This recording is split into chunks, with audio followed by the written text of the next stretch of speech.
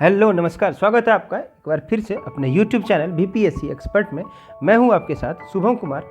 और अभी तक पिछले क्लास में हम लोगों ने पदार्थों का वर्गीकरण देखा था भौतिक आधार पर। भौतिक आधार का आधार जब बोलते हैं तो इसका अर्थ ये है कि जब कोई भी पदार्थ जो बाहर से हमें कैसा दिखता है, जैसे कोई पदार्थ हमें बाहर से ठोस दिखता है, कोई द्रव दिखता है, कोई गैस दिखता है, तो इसी के आधार पर अभी तक हम पढ़ रहे थे।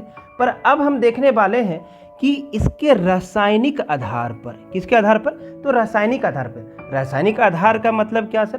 तो रासायनिक आधार का मतलब सीधे सीधे शब्दों में ये कि वो किस चीज से मिलके बना है। जैसे एग्जाम्पल के तौर पर सोना, अगर सोना का बात करें तो उसका अगर हम रिप्रेजेंट करते हैं, उसको डिनोट करते कहें तो AU से करते हैं। अगर बात करें हम हाइड्रोजन को H से करते हैं तो हो गया ना कि सोना AU से मिलके बना है, हाइड्रोजन H से मिलके बना है, जल जो है वो H2O से बना है।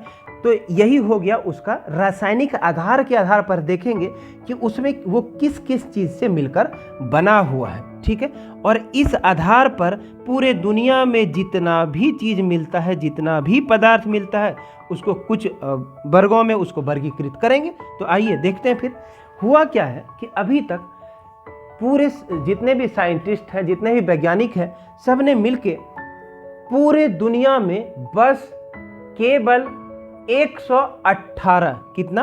तो 118 तत्वों का ही खोज कर पाया है, ठीक है, जिसको आप आवर्त सारणी में पढ़ते हैं, ठीक है। ये रहा आवर्त सारणी। आपने इसको कई बार देखा होगा सर, इसको आपने कई बार देखा होगा। तो टोटल जो है अभी तक पूरे दुनिया में 118 तत्वों का ही खोज किया जा पाया है। मतलब जैसे इसमें आपको हाइड्रोजन दिख रहा होगा, हीलियम दिख रहा होगा, लिथियम, बेरिलियम, तो ये सब जो है जो भी आपको आवर्त सारणी यानी पीरियोडिक टेबल में मिलता है उसको हम तत्व बोलते हैं। या यूं कहें कि दुनिया में जितना भी तत्व मिला उन सबको हमने एक टेबल के फॉर्म में रख लिया है। जैसे एग्जाम्पल के लिए आप अपने घरों में बहुत सारा सामान लाते हैं, कभी चीनी लाते हैं, सब्जी लाते हैं, नमक लाते हैं, मसाला लाते हैं, तो क्या सबको मिला जुला के एक ही में डाल देते हैं क्या? तो आंसर है नहीं सर, क्या बात करते हैं, हम उन सारे चीज़ों को अलग अलग डब्बा में रख देते हैं। एकदम सही बात है। तो इसी तरह से एक आवर्त सारणी बनाया गया और सब में बहुत सारा डब्बा बनाया गया। देख रहे हैं, एक डब्बा ये, एक ये, ठीक है, ये बड़ा, इससे इतना छोटा छोटा ये हो नहीं पा रहा, बाकी आपको समझ तो आ ही रहा। तो ऐसे सबको हम अलग अलग कर दिए और हमें ये पता चल पाए कि हमारे पास क्या क्या एलिमेंट है, क्या क्या तत्व है, ठीक है। तो इस आधार पर अभी तक हमने अभी बताया है कि जो है टोटल 118 तत्व है अपने पास, ठीक है। अभी तुरंत बात करेंगे, पर उससे पहले हम लोग ना पूरे में आप देखेंगे लेक्चर में 2 वर्ड का यूज होगा। एक का नाम होगा शुद्ध, एक का होगा अशुद्ध। तो शुद्ध अशुद्ध का मतलब क्या, समझिएगा थोड़ा सा। जैसे कि हम बोले हैं आपको सोना चाहिए, तो अगर आपने AU लिख दिया, बस वो शुद्ध जो हमने पूछा वो आपने दे दिया, ठीक है। अगर हम आपको बोल रहे हैं कि हमको नमक चाहिए, तो नमक का होता है NaCl, ठीक है, जो कि सोडियम और क्लोरीन के मिलने से बना है, कोई दिक्कत नहीं, ये भी शुद्ध चीज है। मान लीजिए कि हमने आपको मांगा जल मांगा H2O, आपने H2O ही दे दिया, एकदम शुद्ध चीज है, कोई दिक्कत नहीं। लेकिन अगर हम आपसे H2O मांगे और इसमें आप थोड़ा मिला हुआ हमको सोडियम दे दिए सर, ठीक है, तब क्या जो हम आपसे मांगे हैं सिर्फ वही मिला क्या हमको? तो आंसर है नहीं। तो ऐसे पदार्थों को हम अशुद्ध बोल देंगे। मतलब कि जो ऐसा कोई भी चीज हो जो कि या तो आप समझिए एक फिक्स रेशियो में है। जब एग्जाम्पल के तौर पे जैसे हम आपसे जल मांग रहे हैं तो उसमें हमेशा हमेशा हमेशा 2 ही हाइड्रोजन होगा सर। कितना हाइड्रोजन होगा? तो 2 ही हाइड्रोजन होगा और 1 ही ऑक्सीजन होगा, तो वह तभी तो H2O बनता है। चाहे आप इंडिया में लीजिए, अमेरिका में लीजिए, नाला में लीजिए, तालाब में लीजिए, जहाँ का भी जल लीजिएगा, उसका जो वाटर होगा, जो जल होगा, उसमें 2 ही हाइड्रोजन, 1 ही ऑक्सीजन होगा, ठीक है। तो जब ऐसा ही कुछ मिले तो उसको हम शुद्ध बोलते हैं। लेकिन इसके अलावा अगर इसमें कुछ मिल जाए तो उसको हम क्या बोल देंगे? अशुद्ध पदार्थ। अब ज़्यादा भूमिका नहीं बांधते हुए अपने जगह पर लौटते हैं और देखते हैं कि सर आज हम लोग पढ़ने क्या वाले हैं, ठीक है, और ये सब जो पढ़े उसका उसमें क्या लाभ है। तो आइए, तो रासायनिक आधार पर जो तत्व है उसका वर्गीकरण, सॉरी, जो पदार्थ है, जो पदार्थों का जब हम वर्गीकरण किए हैं रासायनिक आधार पर, तो उसको हमने 3 पार्ट में डिवाइड किया है, 3 कैटेगरी में बांटा है। एक हो गया आपका तत्व, ठीक है, दूसरा हो गया आपका यौगिक, और तीसरा हो गया क्या आपका, तो मिश्रण हो गया, ठीक है। क्या है सब इसमें मूलभूत अंतर, आइए जानते हैं। तत्व क्या है? तत्व अगर शॉर्ट में अगर आपको हम बोले तो जो आप पीरियडिक टेबल देखे ना, आवर्त सारणी ये देखे ना, इसमें जितना सारा नाम लिखा है ना, बस केवल और केवल यही तत्व है और इसके अलावा दुनिया में कोई तत्व नहीं। सर इसमें कितना है सर, मतलब कुछ का काउंटिंग है क्या? हाँ, अभी तुरंत तो बताए हैं 118 तत्व है पूरी दुनिया में, ठीक है।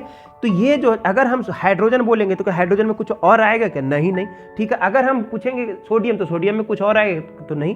तो जो तत्व होता है वो शुद्ध पदार्थ होता है, बात खत्म, ठीक है।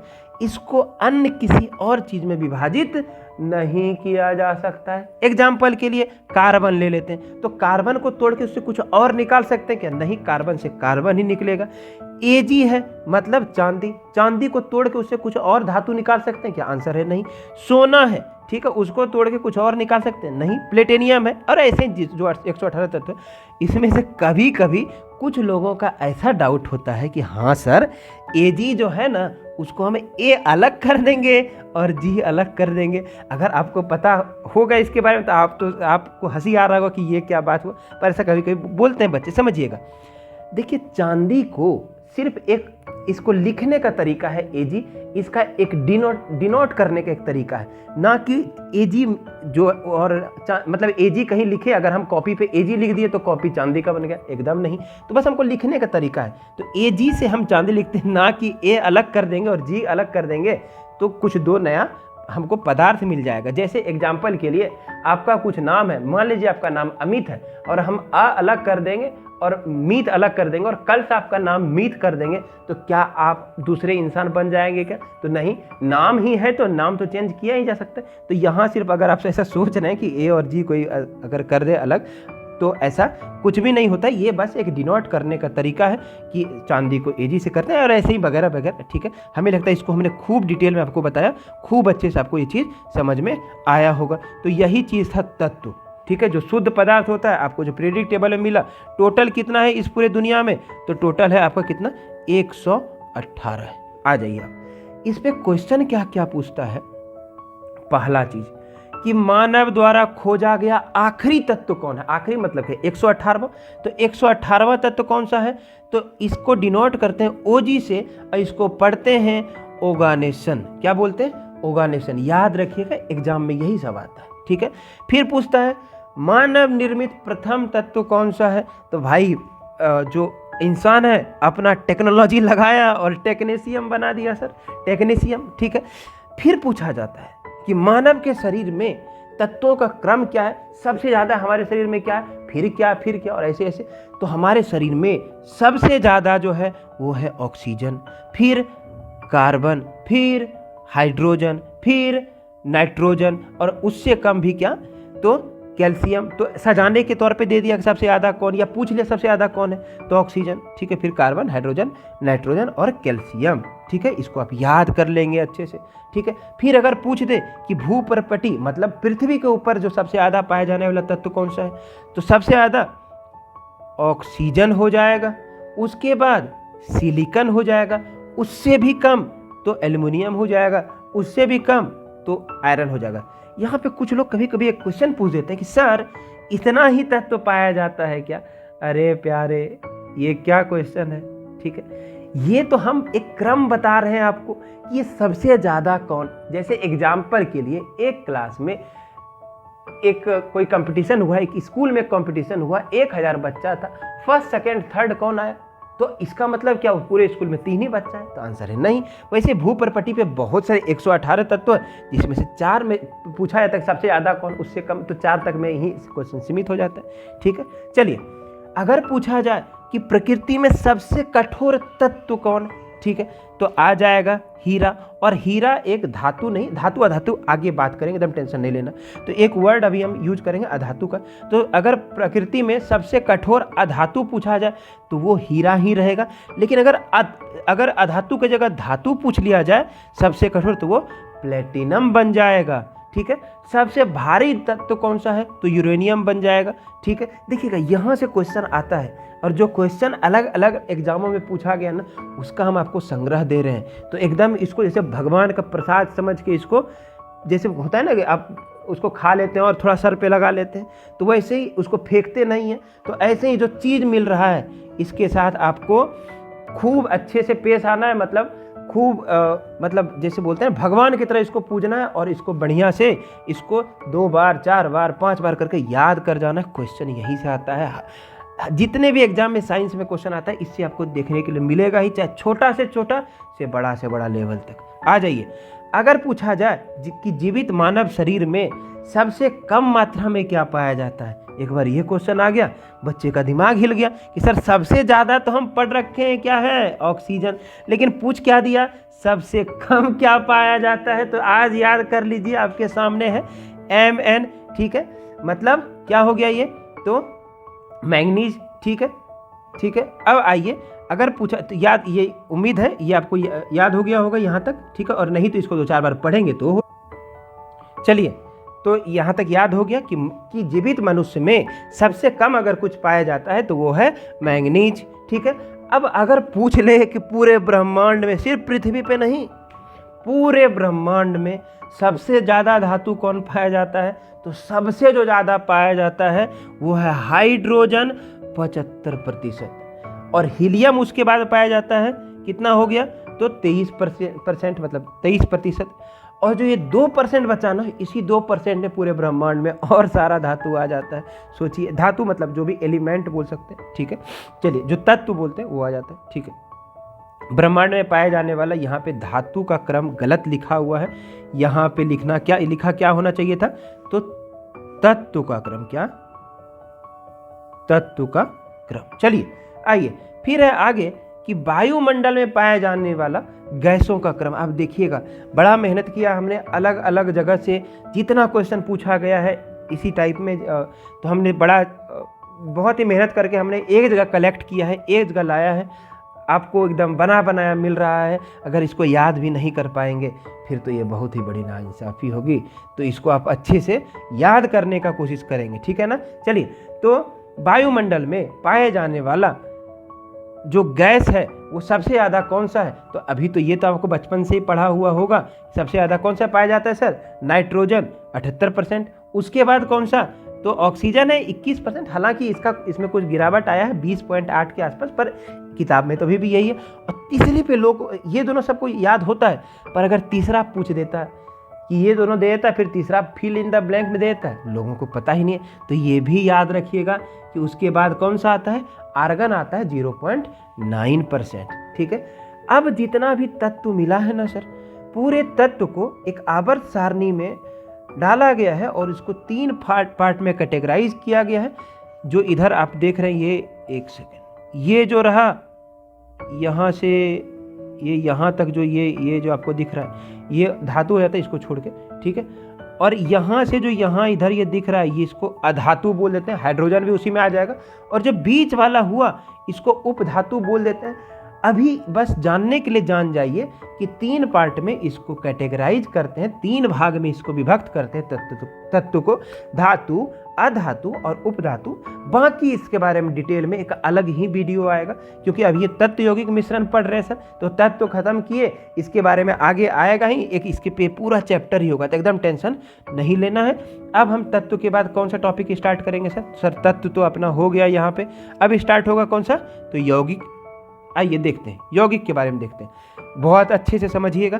आइए देखिए, अब है कि जो यौगिक है ये क्या है, तो अगर 2 या 2 से अधिक तत्व आपस में मिल जाए, पर एकदम जो इसमें सबसे इंपॉर्टेंट बात है वो है निश्चित अनुपात में। अगर निश्चित अनुपात में संयोग करें, रासायनिक संयोग करें, तो उसको हम क्या बोलेंगे, एक यौगिक बोलेंगे। ठीक है, क्या ये शुद्ध पदार्थ इसको बोलेंगे क्या, हाँ इसको शुद्ध पदार्थ बोलेंगे। क्यों बोलेंगे सर, एकदम आइए तुरंत हम बताते हैं। ठीक है, एकदम आपके दिमाग से फिर निकलेगा नहीं। ठीक है, आइए, और इसे जो यांत्रिक विधि से हम अलग नहीं कर सकते।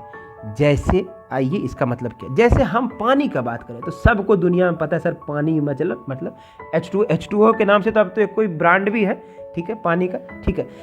इसका मतलब हम थोड़ी देर पहले भी बोले थे, फिर से बोलते हैं कि इसमें क्या है कि 2 या 2 से अधिक तत्व, ये जो आपके सामने यहाँ पे लिखा हुआ है कि 2 या 2 से अधिक तत्व होना चाहिए, तो 2 तो इसमें है, हाइड्रोजन है और ऑक्सीजन है, उसके भार के निश्चित अनुपात में होना चाहिए। निश्चित अनुपात मतलब क्या, मतलब दुनिया में आप कहीं से भी पानी लें तो वहाँ से हाइड्रोजन आपको 2 ही मिलना चाहिए और ऑक्सीजन आपको 1 ही मिलना चाहिए, ठीक है। ऐसा नहीं कि सर हम कुएं से पानी लिए ना तो वहाँ पे हाइड्रोजन 2 था और ऑक्सीजन 1 था, लेकिन सर जब हम नदी से पानी लिए ना वहाँ पे हाइड्रोजन 2 था सर, ऑक्सीजन 3 मिल गया, तो ऐसा नहीं होता है।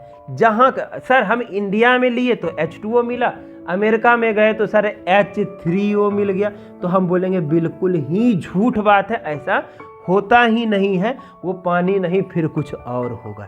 एकदम अच्छे से याद रखिएगा कि जब भी ये रासायनिक संयोग से मिलके बनेगा इसका अनुपात हमेशा निश्चित होगा, और यही अनुपात निश्चित होने के कारण इसको हम क्या बोल देते हैं सर कि शुद्ध पदार्थ है, ठीक है। ये अशुद्ध नहीं है। अशुद्धि मतलब क्या, हमको जो चाहिए उसमें कुछ पता नहीं कितना मिल गया, जैसे पानी है अशुद्ध पानी मतलब क्या, उसमें कुछ और मिल गया, और कितना मिलता है उसका कोई लिमिट नहीं है, ठीक है, समझ रहे हैं ना आप।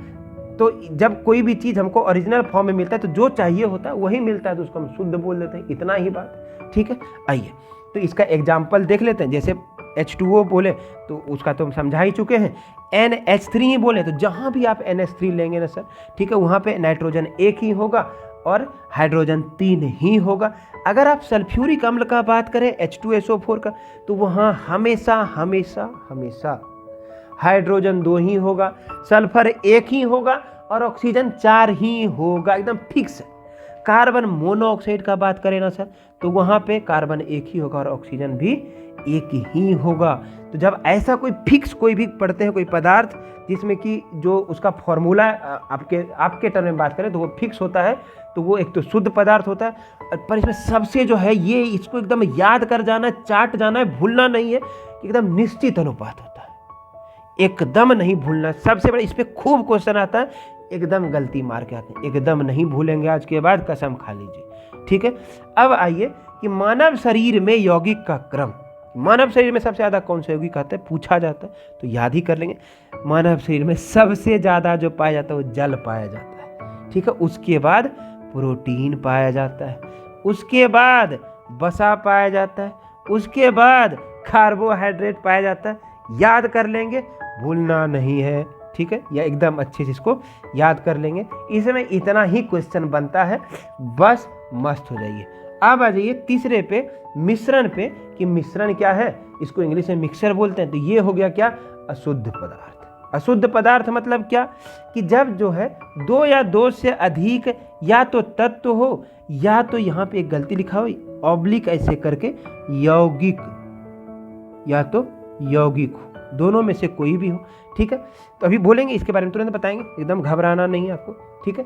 किसी भी अनुपात में अगर हम मिलाने का ये हो, किसी भी अनुपात में हम मिला दें, ठीक है, तो इसको हम क्या बोलते हैं, मिश्रण बोलते हैं। और इसको हम यांत्रिक विधि से अलग कर सकते हैं। पिछला जो हम पढ़े थे, क्या इसको हम यांत्रिक विधि से अलग कर सकते थे, तो आंसर नहीं कर सकते।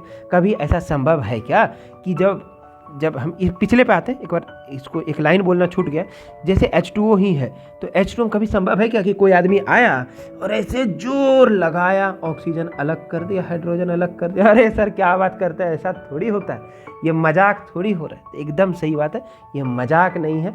यानी आप किसी भी कंपाउंड को, किसी भी यौगिक को से खींच के अलग नहीं कर सकते, या इसको गर्म करके अलग नहीं कर सकते कि गर्म किया ऑक्सीजन अलग हाइड्रोजन अलग, रासायनिक अभिक्रिया से हो जाए, ठीक है, पर ऐसे नहीं, यांत्रिक अभिक्रिया से नहीं हो सकता। पर पता है आपको कि ये जो मिश्रण है इसको आप यांत्रिक विधि से अलग कर सकते हैं। जैसे एग्जाम्पल के लेते हैं कि एक बकेट में या एक किसी भी बर्तन में चीनी रहा ये और बालू रहा ये, ठीक है, चीनी और बालू को ऐसे मिला देते हैं, ठीक है।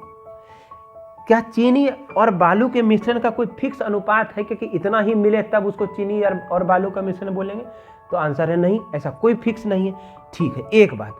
दूसरा बात, क्या उसको हम यांत्रिक विधि से अलग कर, अरे बिल्कुल अलग कर सकते हैं, ठीक है। तो चलिए, तो ये क्या हो गया मिश्रण।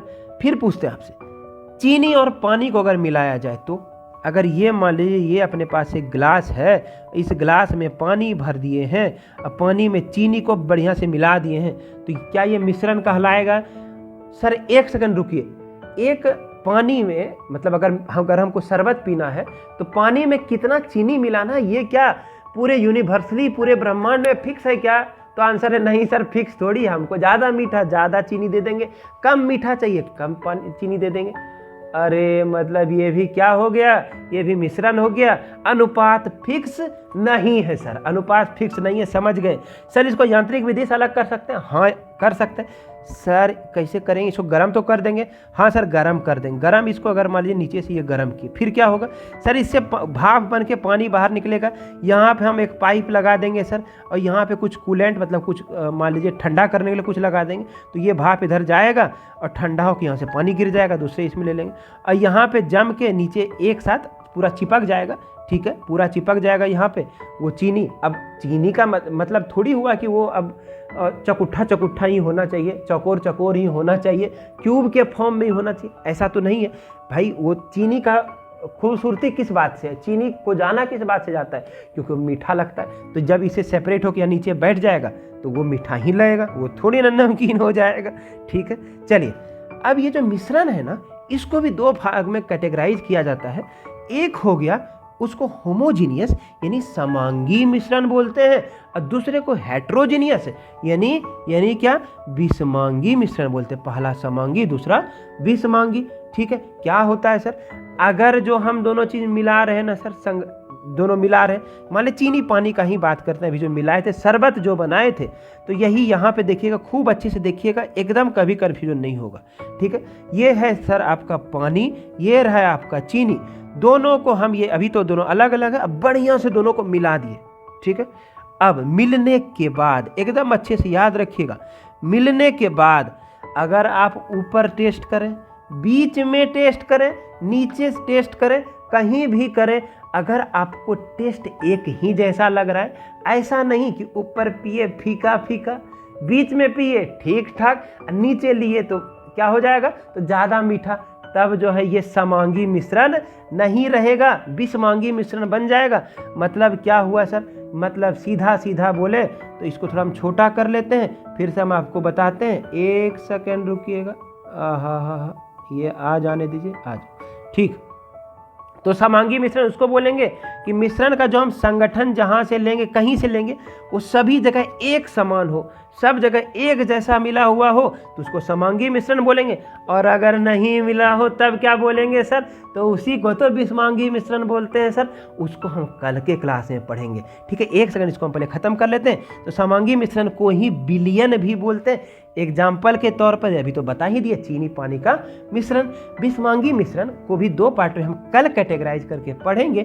एक होगा कोलॉइडल विलयन, दूसरा है निलंबन यानी कोलॉइडल सॉल्यूशन और सस्पेंशन। इसको कल हम खूब डिटेल में पढ़ेंगे, फिर यहाँ से तो हमारा एक भी क्वेश्चन नहीं बचेगा।